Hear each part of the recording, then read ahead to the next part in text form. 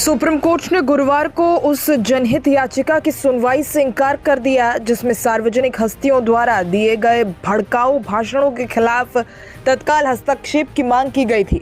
याचिका में आरोप लगाया गया था कि ये बयान राष्ट्रीय एकता सुरक्षा को खतरे में डालते हैं। हेलो दोस्तों, स्वागत है आपका हमारे चैनल NH एजेंसी पर।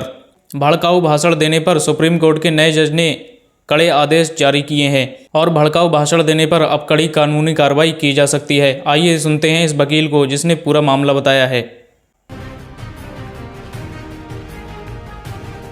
सुप्रीम कोर्ट ने गुरुवार को उस जनहित याचिका की सुनवाई से इनकार कर दिया जिसमें सार्वजनिक हस्तियों द्वारा दिए गए भड़काऊ भाषणों के खिलाफ तत्काल हस्तक्षेप की मांग की गई थी। याचिका में आरोप लगाया गया था कि ये बयान राष्ट्रीय एकता सुरक्षा को खतरे में डालते हैं और विभाजनकारी विचारधाराओं को बढ़ावा देते हैं। CJI संजीव खन्ना और जस्टिस संजय कुमार की पीठ ने कहा कि नफरत फैलाने वाले भाषणों और गलत बयानबाजी के बीच बड़ा अंतर होता है। इसी के साथ ही इसने जनहित याचिका दायर करने वाले हम भारत के संविधान के अनुच्छेद 32 के तहत वर्तमान रिट याचिका पर विचार करने को लेकर इच्छुक नहीं है, जो वास्तव में कथित बयानों को संदर्भित करता है। इसके अलावा भड़काऊ भाषण और गलत बयानबाजी के बीच अंतर है। यदि याचिकाकर्ता को कोई शिकायत है तो वो कानून के अनुसार इस मामले को उठा सकते हैं। पीठ ने आगे कहा, वो मामले के गुण दोष पर टिप्पणी नहीं कर रही है। जनहित याचिका में न्यायालय से भड़काऊ भाषणों को रोकने के लिए दिशा निर्देश तैयार करने और सार्वजनिक व्यवस्था, साथ ही राष्ट्र की संप्रभुता को खतरे में डालने वाले बयान देने वाले व्यक्तियों के खिलाफ दंडात्मक कार्रवाई अनिवार्य करने का निर्देश देने का आग्रह किया था। याचिकाकर्ता की ओर से बोलना चाहता हूं पूरे देश की जनता को कि हेट स्पीचेस सुप्रीम कोर्ट और साथ ही साथ में इलेक्शन कमीशन ने भी कई बार डायरेक्शंस भी जारी किया है। सुप्रीम कोर्ट ने खास तौर से स्पष्ट किया है कि भारत देश में हेट स्पीच नहीं चलाई जा सकती है और साथ ही साथ में सुप्रीम कोर्ट ने यह भी स्पष्ट किया है कि इस तरीके के यदि कोई हेट स्पीचेस चलाता तो उसके पर कानूनी कार्यवाही करनी चाहिए। पर हमें नहीं समझ में आता कि इलेक्शन कमीशन ऑफ इंडिया क्या कर रहा है, सो रहा है, जग रहा है, या फिर ऐसे वर्करों पर या ऐसे नेताओं पर कार्रवाई क्यों नहीं करता है। पहला पॉइंट नंबर 2, इसी के साथ में मैं बोलना चाहता हूं कि जो मिथुन चक्रवर्ती ने अपना स्टेटमेंट दिया है, जो बयान उन्होंने दिया है, वो उसी तरीके की रूपरेखा समझ सकते हैं जैसे गुजरात में अमित शाह की भूमिका थी और नरेंद्र मोदी की, जिसमें बहुत सारी बड़ी बड़ी घटनाएं घटी और वहां पर नरेंद्र मोदी को ब्रांड बनाया गया हिंदू मुस्लिम के अगेंस्ट में। तो मैं आप लोगों के माध्यम से बोलना चाहता हूं कि जिस प्रकार से उन्होंने हेट स्पीचेस दिया है, 3 उनकी हेट स्पीचेस बड़ी प्रमुख रही। पहला, उन्होंने बोला कि मुझे इस प्रकार का कार्यकर्ता चाहिए जो कि वह गोली खाए और यह दिखाए कि कितने गोली। मैं स्टेटमेंट भी पढ़ रहा हूं, we need such worker who can fight head on. He said that we need the such worker who can challenge, come fire at me, so how many bullets you have in your gun. हमें वो कार्यकर्ता चाहिए कि जो वह दिखाए कितनी गोलियां तुम्हारे से हैं और वो मैं खाने के लिए तैयार हूं। तो इस प्रकार के मुझे लगता है कि मिथुन चक्रवर्ती के पास 2 बच्चे हैं, इसका एक्सपेरिमेंट उनको खुद अपने बच्चों पर करके और बीजेपी का वर्कर बनाना चाहिए। पहला इसी का दूसरा पॉइंट था।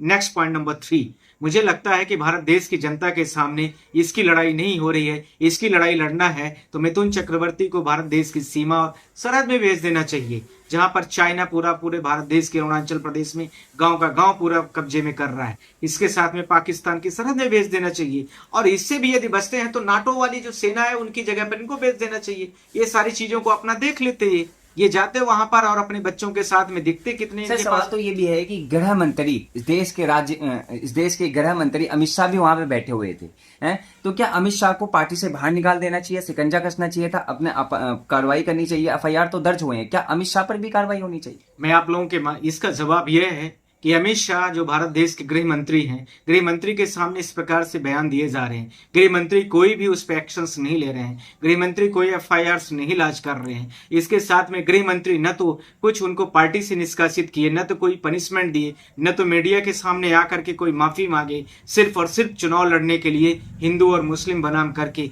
पूरे भारत देश को गुमराह करते हैं। उनके पास कोई एजेंडे नहीं है, तो उन्होंने मिथुन चक्रवर्ती के ऊपर कोई कार्रवाई इसीलिए नहीं किया और उन्होंने सोचा कि तात्कालिक ज्वलंत मुद्दा इससे अच्छा कुछ नहीं हो सकता, इसलिए उन्होंने परमिशन दिया और इंटेंसली उन्होंने परमिट किया है। जो कि वो विभिन्न राज्यों में ऐसा करके बीजेपी की सरकार लाए हैं, बिना काम के माध्यम के, बिना किसी और चीजों को लिए हुए वो इसी प्रकार से पूरे भारत देश में हिंदू मुस्लिम करके या माइनॉरिटीज को करके वो पूरे भारत देश में बीजेपी में करना चाहते हैं, जो कि विभिन्न देश के अब जनता पूरी तरीके से समझ चुकी है। सर, वो शांत रहने वाले मिथुन चक्रवर्ती क्या रास्ता तलाश रहे हैं, अस्तित्व अपना ढूंढ रहे हैं नफरती भाषण के सहारे? मुझे लगता है कि उन्होंने जो उनको दादा साहब फाल्के पुरस्कार दिया गया था, बीजेपी पार्टी के माध्यम से गवर्नमेंट के थ्रू दिलाया गया था, उसका उन्होंने पूरा संज्ञान लेते हुए उन्होंने पूरे बीजेपी सरकार को खड़ा करने की कोशिश किया है।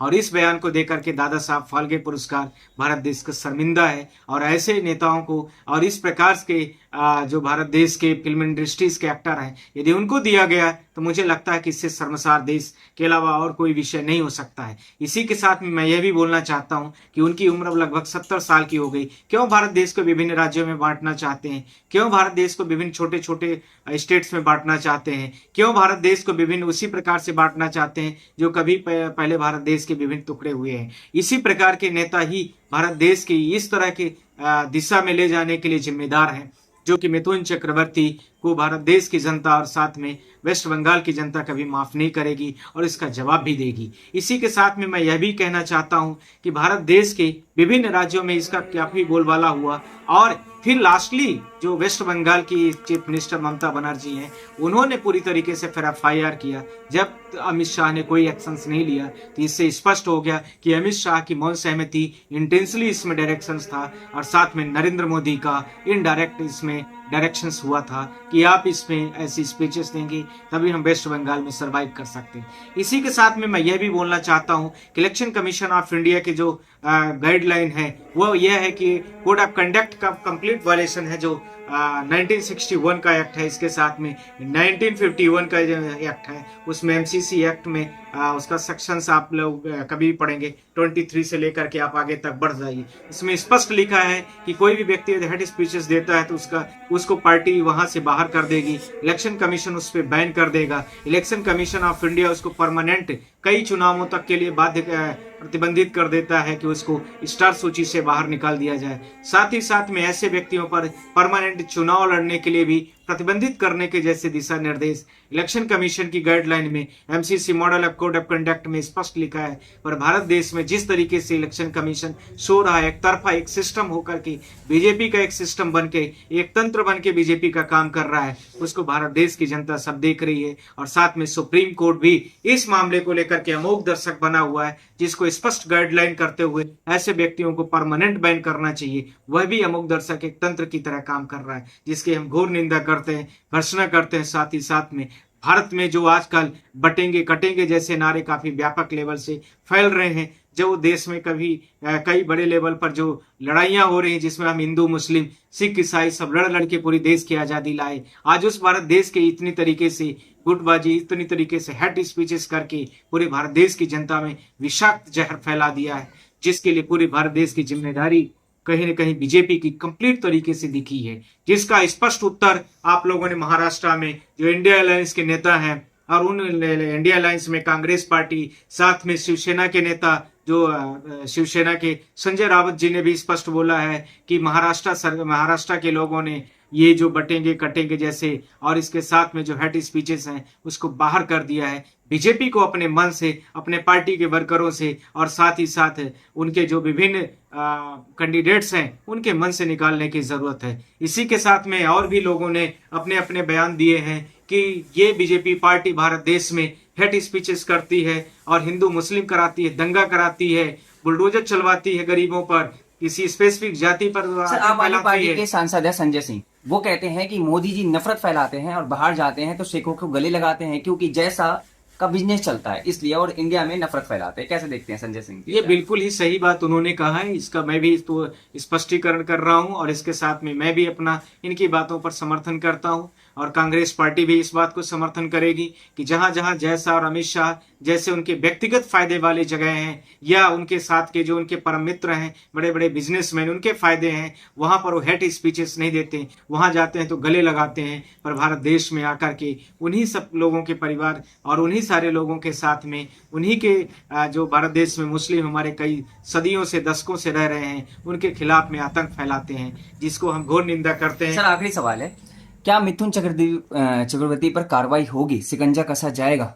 मैं आप लोगों के माध्यम से बोलना चाहता हूं कि मिथुन चक्रवर्ती को अभी चुनाव के दौरान तक न तो उनको बेल ग्रांट होनी चाहिए, इलेक्शन कमीशन भी अपना उसमें ले आकर एफिडेविट फाइल करे कि इनसे चुनाव में पूरे देश में खतरा है। साथ ही साथ में बीजेपी पार्टी को कंप्लीट तरीके से बैन करना चाहिए। ऐसी कैंडिडेटों को परमानेंट हम बैन कर रहे हैं। यदि वो भारत देश की जनता के सामने लोकतंत्र और भारत देश में सबका विकास सबका साथ जैसे शब्दों का यूज करते हैं तो यह स्पष्ट तरीके से पूरे भारत देश की जनता के सामने दिखना भी चाहिए। इस तरीके की हेट स्पीच देने वाले बीजेपी में सबसे ज्यादा और बीजेपी इसी ऐसे लोगों को ही श्रेणी के आधार पर कौन कितना हेट स्पीचेस करता है उसका प्रमोशन करती है, उसको उस लेवल पर मिनिस्ट्रीज देती है, उसको उस लेवल पर टिकट देती है, और कौन कितना खूंखार है, कौन कितना इस तरीके से सारी चीजों कम्युनलिज्म फैला रहा है, उसको लेकर के वो सारी चीजें फैला रहा है, इसको लेकर के बीजेपी प्रमोट करती है। तो वह भारत देश की जनता को अब सोचना पड़ेगा, देखना पड़ेगा कि इस प्रकार की जो पार्टी भारत देश में दिखाती तो कुछ और है और विदेश में जाकर के ऐसे ही लोगों के साथ में गले मिलती है तो इसके साथ में क्या न्याय करना है। पूरे भारत देश की जनता, जो मैं भी कह रहा हूं और आप लोग भी अपने कमेंट से बताएं कि यदि कुछ इसमें और भी सुझाव है तो हम उसको रखेंगे और इलेक्शन कमीशन के सामने प्रेजेंटेशन में भी देंगे, साथ ही साथ में सुप्रीम कोर्ट में भी देंगे। और ऐसे नेता जो इस तरीके से भारत देश में विभिन्न तरीके से गुटबाजियां फैला रहे हैं उनको परमानेंट बैन किया जाए, उसके लिए भी हम आप लोगों के लिए लड़ेंगे और करेंगे। भड़काऊ भाषण देने वालों पर कड़ी कार्रवाई हो, अगर आप भी चाहते हैं तो कमेंट में अपनी राय ज़रूर बताएं। चैनल पर नए हैं तो चैनल को सब्सक्राइब करें, वीडियो को लाइक करके दूसरों तक ज़रूर शेयर करें।